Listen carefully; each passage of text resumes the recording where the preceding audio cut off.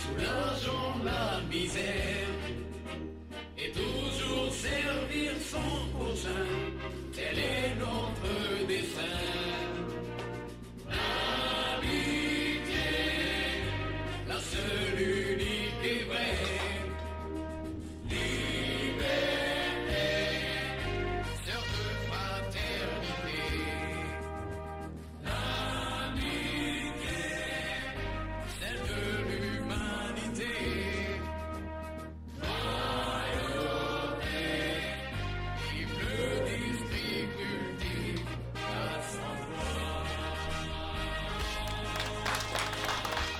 Une médaille, symbole de leadership et de responsabilité, change de main.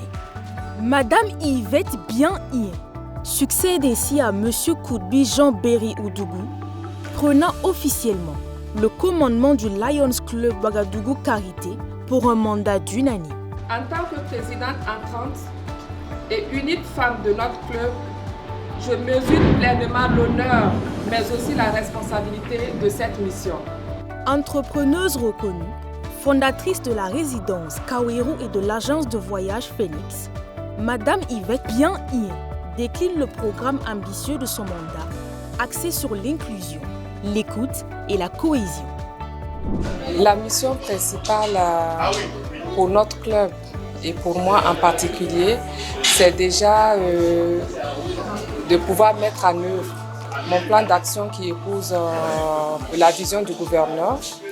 Et en général, nous avons des axes sur lesquels nous travaillons, comme la lutte contre la faim, la lutte contre les cancers, la lutte pour l'environnement, la protection des enfants, je vais dire, et la lutte contre le diabète. Voilà autant d'axes sur lesquels nous devons travailler. Et comme mission principale, ça sera vraiment de pouvoir finaliser et mettre en œuvre mon plan d'action. Comme je l'ai dit dans mon discours, le travail qui a été fait par mon prédécesseur est un travail formidable. C'est déjà un acquis. Nous allons continuer dans la même dynamique en y apportant une petite touche d'innovation. Et je commencerai déjà le mandat en essayant de connaître davantage mes amis du club. Donc pour ce faire, il y aura un questionnaire que je vais leur adresser pour qu'ils se présentent, qu'on puisse mieux se connaître et aussi savoir quels sont leurs centres d'intérêt, comment ils peuvent soutenir le club, comment ils peuvent intervenir dans les activités du club. Donc ça sera déjà ça. Et ensuite, au niveau du plan d'action aussi, nous allons essayer davantage d'être plus proches de nos partenaires. Et nous avons par exemple l'orphelinat Ampo où nous sommes chaque année présents auprès des orphelins pour fêter Noël. Et nous avons aussi d'autres centres que nous aidons, que nous soutenons à travers des appuis financiers ou des dons en médicaments, en vivres, etc. Donc nous allons élargir un peu notre domaine d'intervention et améliorer vraiment la qualité de ce que nous apportons comme prestations. L'ancien président dit transmettre les attributs de la présidence avec un profond sentiment du devoir accompli. Son bilan pour l'année 2024 est jugé plutôt satisfaisant, témoignant d'un travail acharné et d'initiatives fructueuses.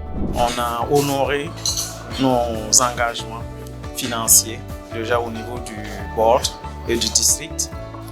Et on a également, par rapport en fait tout ce qui était obligation, donc nos réunions statutaires qui sont une fois par mois, donc on les a remplies.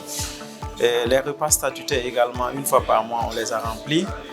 Également, dans ce cadre, on a pu transmettre les rapports au district et au board dans les délais. Parallèlement, on a pu réaliser en fait tout ce qui était comme activité, telle que l'arbre de Noël avec Ampo. On a pu le réaliser en décembre.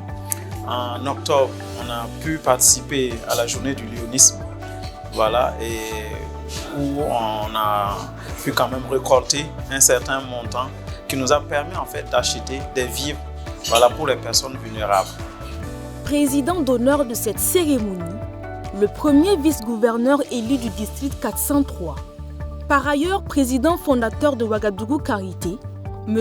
Haruna Nikema a partagé ses réflexions sur l'importance de la continuité de l'action et a chaleureusement félicité l'engagement des membres de cette prestigieuse organisation. Je voudrais dire que ça fait 27 ans que notre club existe, Ouagadougou Carité existe, et ce qui fait la beauté du Lions Club de manière générale, c'est que c'est une année, un mandat. Nous avons un président sortant qui a accompli un mandat avec des missions qu'il a respectées, tant au niveau du club, tant au niveau du district qu'au niveau du bureau international. Donc pour moi, c'est vraiment une très grande satisfaction.